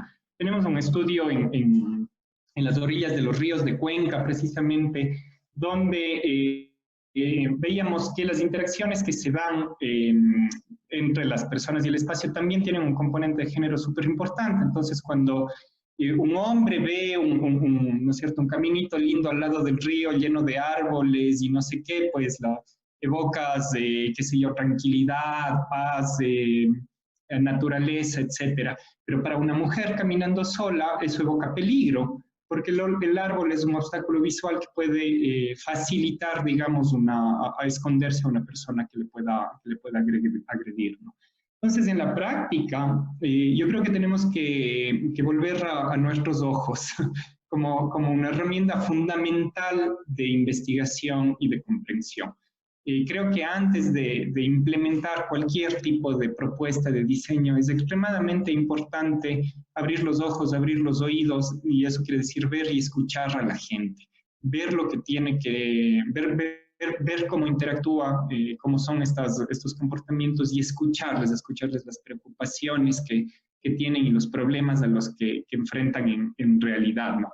Y desde allí sí puedes empezar ahora sí a incorporar estrategias de diseño que atiendan este tipo de cosas, ¿no? Veíamos, por ejemplo, solamente cómo con soluciones muy pequeñitas de infraestructura verde se podían solucionar un montón de preocupaciones sobre la seguridad de los niños frente al tráfico motorizado alrededor de los parques. Y estas son cosas extremadamente sencillas de implementar, pero nunca se les hubiera ocurrido si es que no se analizaba directamente este tipo de problemas. Gracias, Daniel, por tu intervención. Pablo, tal vez quiere hacer una reflexión en cuanto al tema. A ver, cortito. En realidad, sí. Lo primero para enfrentar esta condición de desigualdad es justamente darnos cuenta que el derecho a la ciudad no es una oportunidad de todos, ¿no? Y pensar que la mujer no hay que asociarla siempre como la mujer cuidadora de los niños. Partamos de que todos los adultos, varón, mujer, LGTB, cualquier comunidad tiene derecho a realizar humanamente un proyecto personal, ¿no? Y entonces, en función de eso, es interpelarnos la ciudad cuánto permite a todas estas personas estimular ese proyecto personal. Entonces, y ahí hay superposición de varias cosas. Hay cosas de diseño, pero también hay cosas de gestión, ¿no? Entonces, ¿cómo vamos a hablar de enfatizar un derecho a la mujer cuando, por ejemplo, ahorita estamos en una investigación haciendo trabajo de campo en espacios públicos de centralidades urbanas en Lima, ¿ya? Y un grupo paritario, y tengo las 5 jóvenes que han estado haciendo levantamiento etnográfico, 5 mujeres, 5 varones. Las 5 mujeres tienen relatos donde han sufrido hostigamiento, ¿no? Entonces, es a eso a lo que me refiero cuando hay normalización. Y, en cambio, en lo que sí se observa es policía, guardia municipal, atentos en el control del comercio ambulatorio. Pueden permitir el hostigamiento sexual, pero no el comercio ambulatorio. ¿Se dan cuenta? Entonces, es eso lo que hay que interpelar. O sea, ¿qué es lo que apostamos como el derecho a la ciudad? Entonces, es diseño y es gestión. Yo creo que hay que dar un sacudón a nuestras autoridades públicas para que justamente veamos qué priorizamos, ¿no? Los recursos escasos que tenemos humanos, perfecto, pero ¿a dónde los orientamos? ¿No? Porque con esa gestión es que vamos a acentuar o mitigar condiciones de desigualdad. Eso es lo primero que se me ocurriría. Bueno, yo solo quería acotar un tema, y es que en todos los procesos urbanos, colectivos y comunitarios, integrar lideresas de colectivo es fundamental. En todas estas redes existen, hay líderes, hay grupos que son encaminados por mujeres. Y cambiar esa imagen que bien lo decían de esta madre o de vulnerabilidad de la mujer desde el empoderamiento de ellas en el proceso es importante. Y es importante en todos los niveles. O sea, más allá de empezar ya a trabajar una política pública sobre el tema, empezar a trabajar espacios públicos, como bien lo han dicho, desde cada proceso hay que empezar a empoderar y darle esta voz también a las mujeres. Porque simplemente hemos ido desarrollando ciudades para desplazamientos más largos, que quieran o no va de la mano con estos temas de mujeres, ¿no es cierto? Queramos o no, no se les quiere identificar y no nos identificamos con ser solo madres o protectoras, pero aún así tenemos ciertas actividades domésticas, ciertas actividades profesionales, donde sí ameritamos tener puntualizaciones importantes a nivel urbano. El hecho de agilitar recorridos, el hecho de tener puntos seguros, aparte de apoyar con una ley pública y un montón de estrategias para socializar estos temas, la gente no lo ve todavía a nivel barrial, no lo ve como un problema, no lo entienden, no se ve. Tenemos que popularizarlos. Y eso aparece desde la primera reunión con la comunidad. Desde ese instante uno tiene que empezar a dar esta voz y dar cabida a estos problemas que sí son cotidianos, porque esto se evidencia en lo cotidiano. O sea, solo por tomar en cuenta los desplazamientos de las mujeres, es muy importante en generar un urbanismo un poco más amigable amigable a nivel género. Y bueno, esos son, como les digo, en todos los procesos estar en contacto, en diálogo, y esa sería como una postura. Gracias, Carolina. Creo que queda bastante claro que es necesario sacar a la superficie las dinámicas en el espacio público que usualmente son poco estudiadas, ¿verdad? Como la interacción de las mujeres y otros grupos vulnerables dentro del espacio público. Tenemos ahora una pregunta de Mónica. Sí, Javier, muchas gracias. Pequeñas notas antes de la pregunta. Entre las muchas cosas que esta pandemia nos ha mostrado es la necesidad de diversificar también el tipo de espacios públicos y las actividades que normalmente o regularmente se realizan en esos espacios. Y hasta qué es lo que se entiende como recreativo. Una de las cosas que nosotros estamos haciendo en la Facultad de Agronomía es un proyecto sobre huertos urbanos. Y una de nuestras intenciones era tratar de hacer estos huertos urbanos como espacios públicos dentro de la ciudad, lugares que puedan ser enmarcados dentro de una recreación productiva, ¿no? Pero nos vimos confrontados con un problema en el sentido de que dentro de la ciudad hay muchísimos espacios libres, muchos de ellos son de propiedad de la municipalidad, pero la municipalidad no quiere, o no sé, no está abierta a abrirlos a que la gente utilice, si no es que pertenece exclusivamente a un target de personas vulnerables económicamente, que no tienen casa, que no tienen terreno. Y eso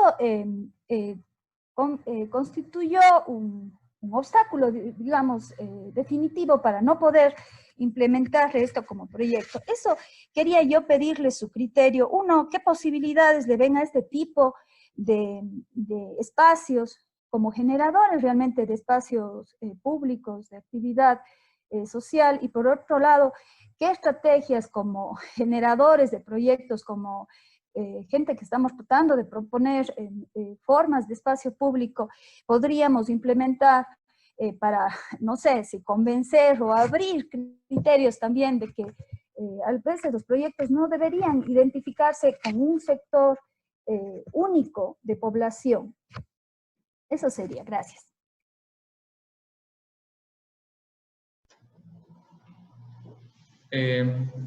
alguno de nuestros invitados que esté dispuesto a dar una contribución en base al comentario de Mónica?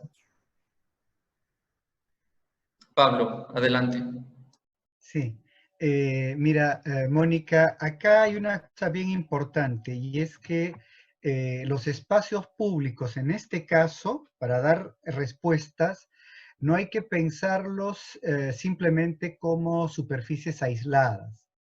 Para mí, por eso yo hablaba mucho, cuando hablaba de los espacios públicos, de las escalas. Hablaba de escalas de centralidades y escalas de barrio. Pues bien, el espacio público tiene que ser el elemento que articule las centralidades urbanas, que son los núcleos que concentran las mayores cantidades de actividades económicas, culturales, educativas en una ciudad. ¿Cuál es un problema en muchas de nuestras ciudades? Es que tenemos una estructura urbana con pocas centralidades, muy nucleadas en una zona. Entonces, la pandemia ha puesto en evidencia eso. Entonces, nos aglomeramos, ¿por qué? Porque todos vamos a los mismos sitios. Entonces, necesitamos por ejemplo, bueno, en Lima, hacia la zona central, hacia los viajes de periferia eran enormes, o son. Y me imagino que en Quito lo mismo, me imagino toda la gente que vive en el sur, ¿no? ¿Cuántos se quedan necesitan trabajar hacia el centro o hacia el norte? ¿No? Entonces, el tema es ahí involucrar proyectos de espacio público con regeneración de centralidades más próximas a los espacios residenciales barriales. Ese es un gran desafío como proyecto de ciudad que yo creo que es clave, ¿no? Los huertos urbanos es una idea a escala barrial, valiosa, pero el tema de los viajes por trabajo es el gran problema que estamos teniendo para controlar la pandemia, porque mucha de nuestra población necesita viajar día a día para tener ingreso. ¿Ya? ¿Por qué? Porque cerca de su barrio hay pocas oportunidades de ingreso, ¿no? Entonces, la pandemia nos ha puesto en evidencia la mala estructura, desigual estructura de oportunidades que tienen nuestras ciudades. Yo creo que es el momento de interpelar todo eso también. Gracias Pablo. ¿Alguien más desea intervenir en torno a esta pregunta? Daniel, por favor. Más adelante, ok. Mientras tanto, yo creo que puedo poner sobre la mesa el tema de las intervenciones urbanas, lógicamente, para la generación de estas nuevas centralidades vinculadas a espacios públicos que actúen como plataformas de sociabilidad y de generación de redes sociales. En este sentido, yo quisiera plantear una reflexión hacia cómo las intervenciones urbanas pueden en realidad exponer estas desigualdades y no necesariamente, porque pueden tender a más bien esconder estas desigualdades urbanas, ¿no? Generalmente las intervenciones al actuar en el espacio urbano están permeadas por las voluntades políticas y precisamente esta interacción de actores puede generar una suerte puede esconder estas desigualdades que se expresan en el espacio urbano. ¿Cómo arquitectos, academia, urbanistas pueden evitar esta dinámica y más bien exponer estas desigualdades para poder actuar en ellas de una forma adecuada?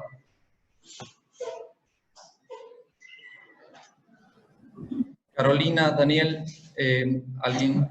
Yo creí que iba a responder antes Carolina, por eso había dicho luego, pero a ver, yo creo que allí hay una cuestión importante, y es que yo creo que hay como una desincronización entre los tiempos de las transformaciones urbanas en esta matriz física, digamos, del espacio y el lugar, y el tiempo de vida, el tiempo, el cronómetro con el que transcurren nuestras vidas, ¿no?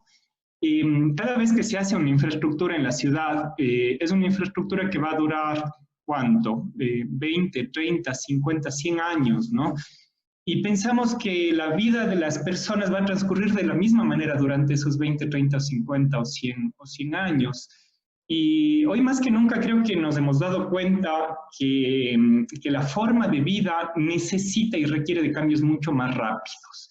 Y el problema con el que nos estamos encontrando es que esa estructura física de la ciudad se planificó como una forma de facilitar la vida de las personas o de agilitar o de empoderar, pero en general termina siendo un obstáculo y termina siendo un obstáculo durísimo, ¿no?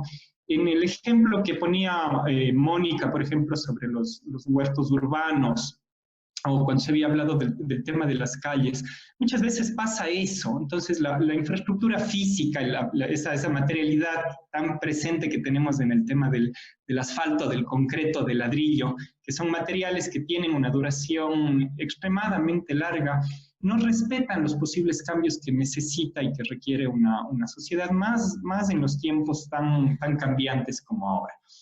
Yo creo entonces que parte de la respuesta debería empezar por pensar en que esas estructuras e infraestructuras deberían ser mucho más flexibles, ¿sí? Y una calle puede tener muchas funcionalidades a lo largo del día o a lo largo de la semana. Ahora, por ejemplo, que estuvimos en la pandemia, qué oportunidad perdida para nuestras ciudades cuando habían restricciones vehiculares, y en ese momento es el momento que más la gente necesitaba un espacio público para poder hacer ejercicio, para poder estar en un lugar seguro, para poder estar al aire libre, que es lo que más se necesita para mantener la salud, para hacer ejercicio, actividad física. Y ninguna de nuestras ciudades fue capaz de responder de una manera ágil y fuerte a este tipo de necesidades. ¿Por qué? Porque tenemos estructuras extremadamente fuertes, extremadamente limitantes, ¿no? Yo creo que debemos empezar a replantearnos también este tipo de cosas y pensar que las estructuras deberían ser mucho más flexibles y mucho más adaptables a los cambios.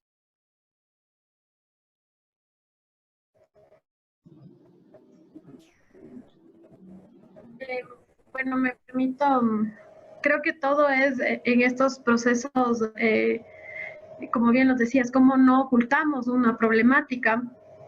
Y es importante que todos los actores la evidencien y la visibilicen. Y como les decía, los actores no solo son los habitantes que están contiguos a un problema específico, sino actores, como bien lo decían, municipales. La academia tiene que ser un ente activo en estas propuestas, no solamente con diagnóstico, investigación, datos, sino también con el apoyo de otras facultades en entender estas relaciones complejas que se dan entre la gente, para nosotros adquirir todo este bagaje de conocimiento in situ y poder tomar acciones pertinentes, acciones que no oculten el problema. Se ha visto muchas infraestructura urbana, muchas rehabilitaciones urbanas que se basan justamente en la pintura, ¿no? En ponerle un poco de color, y después interiormente hay un problema social de fondo, un problema de maltrato, un problema de hostigamiento a la mujer, un problema un problema económico, de salubridad, entre otros. Y es de esto que siempre hemos hablado, ¿no? El interdisciplinar y interescalar. Para entender un problema tenemos que tener varias fases. La fase de la persona que habita ahí, que es una escala un poco más compacta, más pequeña, la persona que ve desde un tema técnico y que nos puede dar la guía necesaria para no cometer errores, la persona que por medio de la gestión tiene los recursos para darle una sostenibilidad económica y hacerlo real. Muchos de estos temas se quedan en la nada, y porque no se llega a tener los recursos para implementación, o simplemente se llega a tener y no hay nadie que lo sostenga, y va perdiendo la credibilidad. Si es que todos estos elementos, desde todas las miradas, están alineados, así como hablamos mucho de la apropiación del espacio público y demás, creo que todas los procesos deben tener la misma fascinación, la misma emoción, la misma idea de mejorar un punto, y obviamente no solamente se visibiliza un problema, sino que la solución es tan potente que perdura en el tiempo.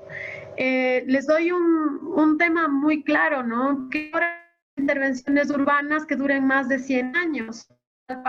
Valparaíso, intervención que ya cumplió el centenario, que a la final eran temas de transporte público, pero a la vez ahora te dan una seguridad para que tú no tengas que ir como que 1 kilómetro para arriba en la noche. Eso termina siendo urbanismo de género, porque me dan una seguridad y me recortan el recorrido y demás, pero hace 100 años. Y eso sigue funcionando. Y de alguna manera va generando escenarios alrededor y es una dinámica interesante. Ahora, nuestras intenciones y las intervenciones que se han hecho para la recuperación de espacio público, lo que hacen usualmente es que sean visibles en ese punto, que sea un boom, que pintemos, pero no se trabajan desde el fondo y desde la raíz. Y por eso la importancia de un proceso colectivo, participativo, interdisciplinario desde el primer inicio. Muchas gracias, Carolina. Tal vez para cerrar, hacemos una ronda final un poco más asentada en el tema de asentamientos populares.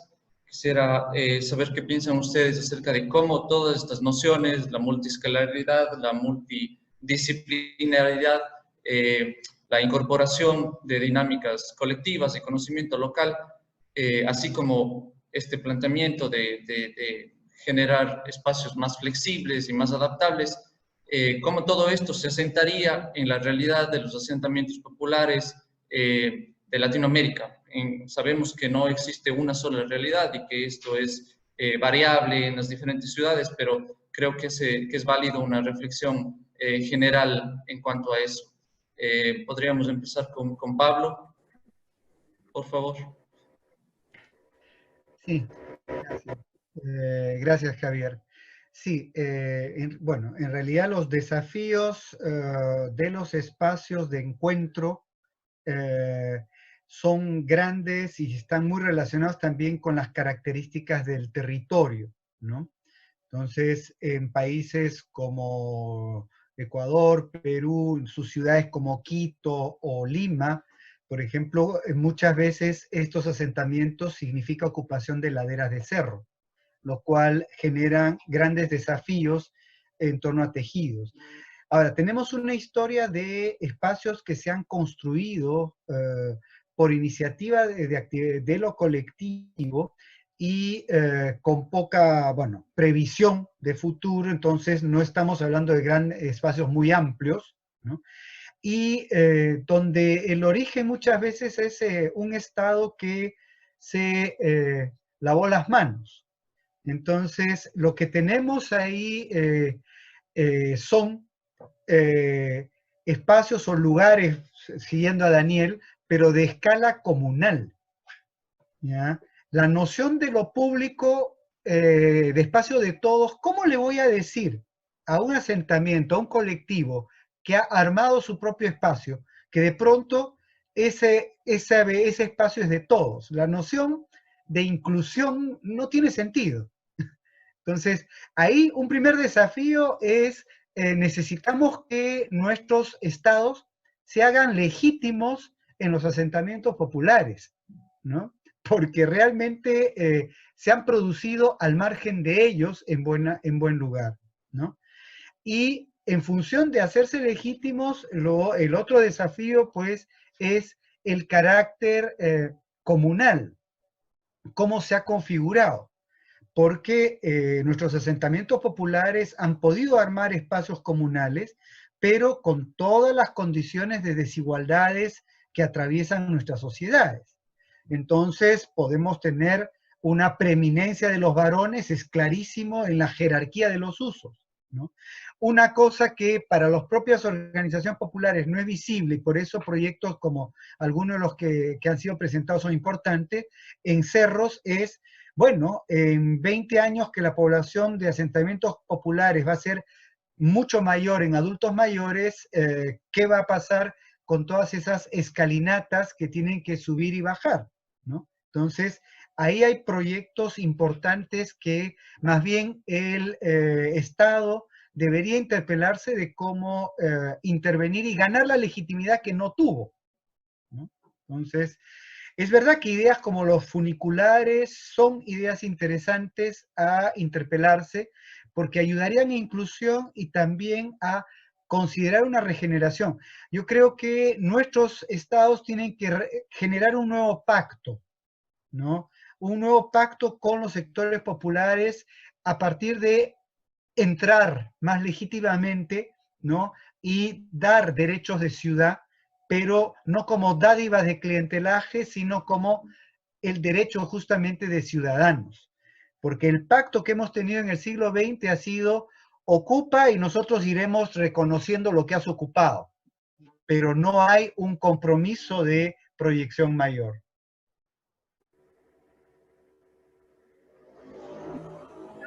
Quisiera intervenir, no sé, María Augusta también está. Bueno, ahí yo creo que la academia tiene un papel fundamental también. Porque si bien es cierto, hablamos que la municipalidad y los gobernantes no logran una buena respuesta ante estos problemas periféricos, también no es menos cierto que se tiene un equipo de planificación urbana constituido en nuestras ciudades de 4 personas, no hablo de la capital, sino de ciudades más pequeñas, donde no se abastecen esas mismas personas a trabajar en una planificación de aquí a 40 años, a 50 años. Es una planificación del día a día, de solucionar los problemas, de apagar fuegos. Y eso hace que obviamente descuidemos el norte de nuestras ciudades y de nuestra periferia, de los problemas que tenemos.